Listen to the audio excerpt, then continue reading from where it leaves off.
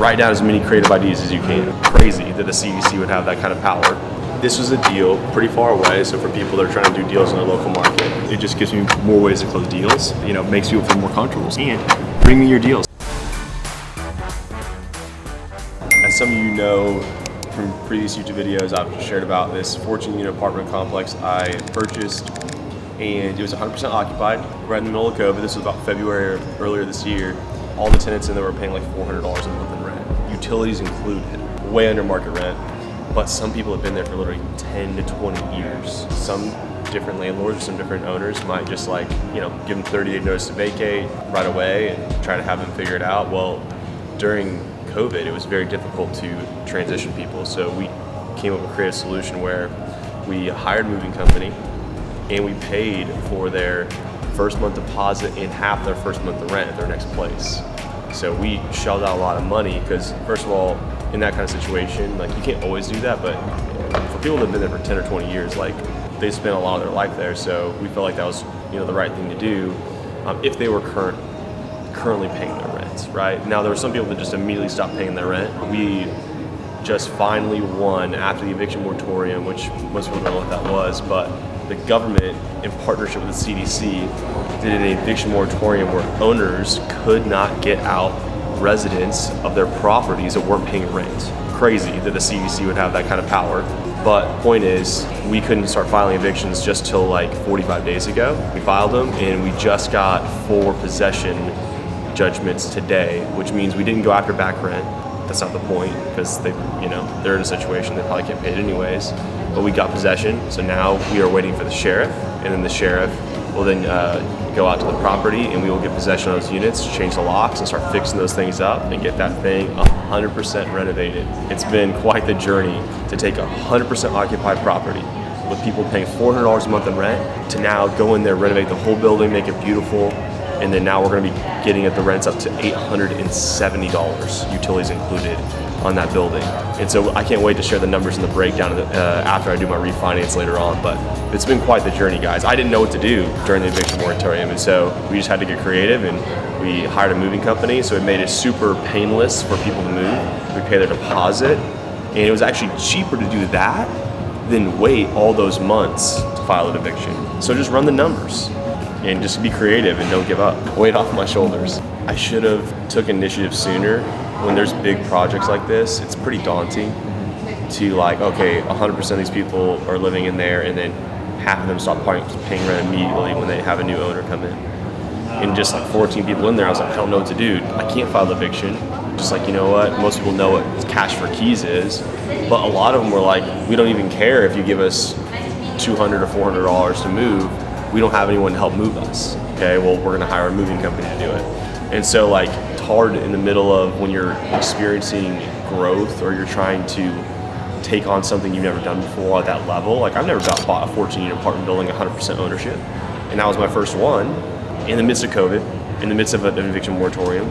It's just daunting, but I think the main thing is to try to throw as many creative solutions, even if they're terrible ideas.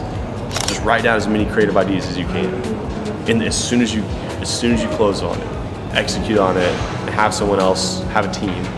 Shara helped me a lot. Shout out to Shara, she helped me a lot. So not only am I doing that, I'm also closing wholesale deals. I also have a 32 unit, I also have a 12 unit and a 13 unit. So in my grand scheme of things, I should have one person moving forward each of those projects strategically. But I'm moving each of those projects forward 2/3 wise most of the time. Ask other investors in your network for suggestions on that situation, because you're not going to go on Bigger Pockets and find the answer on that. You're not going to be able to Google that answer. You're not going to be able to YouTube that answer. Well, maybe now you will. But the only way you're going to learn is by doing. So don't be afraid. I'm going to make it out. I got that building for $360,000, and they'll probably be worth $980,000 once it's done. And I'll have to put 160 in it. My net worth goes up over 300 grand, and my cash flow is going to be $5 grand net. But it's worth the headaches, and that's what I kept telling myself. Okay, all right, it's worth the headaches. Those are some things I learned for sure. 61.5? Are you kidding me? Let's go, baby. Investor for the win. Let's go. Let's do it. He drove 45 minutes to steal, right? Yeah, 45 minutes. Drove 45 minutes. Okay, so this was a deal pretty far away, so for people that are trying to do deals in their local market. We had the seller send us pictures before he drove out there. We also did some comps before, you know, we went out there because we didn't want to like waste our time. Absolutely. Right? You know, however, you don't want to miss opportunity either. So you got to kind of, you know, weigh that. So he already built a really good rapport with the seller. You know, he had me underwrite it. My brother underwrote it a little bit too. And we saw it was listed for like 4 years ago, 5 years ago, 2016. 64.9. Yeah, it was listed for 64.9. Jared just got elected up for 61.5, and it's in great condition. Solid property. Yeah, dude, that's awesome, dude. Good go. stuff, bro. Yes, sir. I'm gonna make a phone call here in a second. I mean, the main message of this is, you know, make sure you have really good relationships with your sellers. Make sure you're very transparent and honest with everyone you do business with, and that's huge and that's key. We had a seller and they've been pretty flexible on the close date, which in a lot of situations most people aren't, but they've been pretty flexible. They said, hey, if you can get this price, I'll be flexible on a close date. So we've been marketing the property. We had multiple investors, capital partners lined up. We had one specific investor I've done deals with, but he couldn't get his funding secured. And I said, hey man, listen, I need to get this contract signed in EMD in escrow right away so that we can get this deal done. He understands the urgency of this business. You have to be, you know, if you really want to get a deal at a discount, it's important we are able to execute on all the promises we're offering. So he let me know late last night, hey dude, we can't get my capital partner to sign. Dude, I'm so sorry, I apologize, because I already told all my other investors the deal was sold. The most important thing is be transparent and honest with all your people you're doing business with, and then also quick communication when things don't go as planned so that people know what's going on. You don't want to like wait 10 days and then tell a seller, oh, by the way, we have to push back closing. We actually have someone out, so I need a couple extra days for closing, so I'm going to call him and just let him know, hey, listen, we might be able to close in 10 days, we might be able to close in like 2 weeks, but I'm just going to get an extension for like probably 3 weeks just to give us plenty of time. And he's been very clear, it's not about the close date, it's more about the price. And so I'm going to give him a call right now. He didn't answer, but I'm going to make sure to send him a text.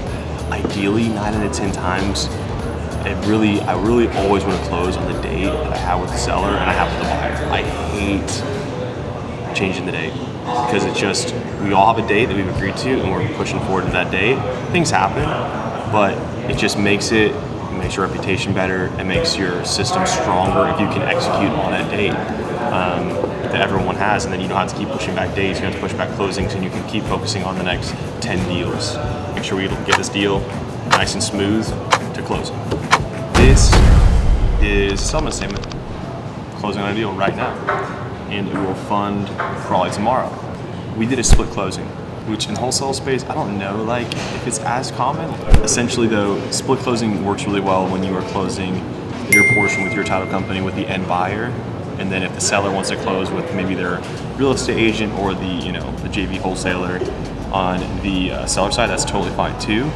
You can run into a lot of issues if you are trying to close the buyer at a different title company, which in this situation, like the buyer was headstrong on closing a different title company. So I called my hard money lender and he just loaned me money for a week, which is awesome. So we were able to get it done. The point though is you don't have to do that, depending on what state you're in, by the way.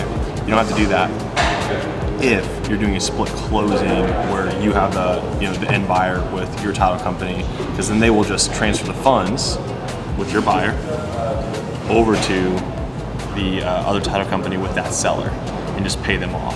If you're doing split closings, which you're doing a JV deal, that JV deal can be with a real estate agent that has a seller or another wholesaler that has a seller.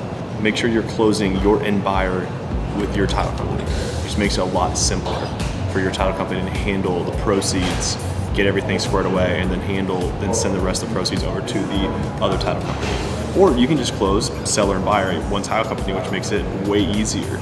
But there's just gonna be situations you run into where that's not always gonna be able to happen. And so this is something that I'm happy to be doing now because it just gives me more ways to close deals. Makes people feel more comfortable. Some people want their title company, and that's what they want. Some sellers want their title company. Cool. Well, make sure your investors are, you've set the stage correctly, that they know that like, hey, you're gonna close with your title company, with your end buyers. That's what I'm doing right now, closing a deal. I'm gonna go sign all this right now. And then for the portions that need to get notarized, which my executive assistant, hopefully she sees this, she's getting her notary. She needs to get it. So I don't have to keep going back and forth like a UPS or something. So she's getting her notary, and then I can just close all this, send it to overnight, and I don't even have to show up to title companies, which is awesome. So I can just keep closing the next deal and focusing on business growth and development. So that's a little bit on split closings. If you have any questions about that, make sure to comment, DM me, reach out, and I can explain it in more detail if you have any specific questions. And bring me your deals. I would love to JV with you and make more volume happen with you. And if it's your first deal or your 100th deal, we're selling to hedge funds and people that are paying way more than your typical cap rate or your typical ARV. So reach out.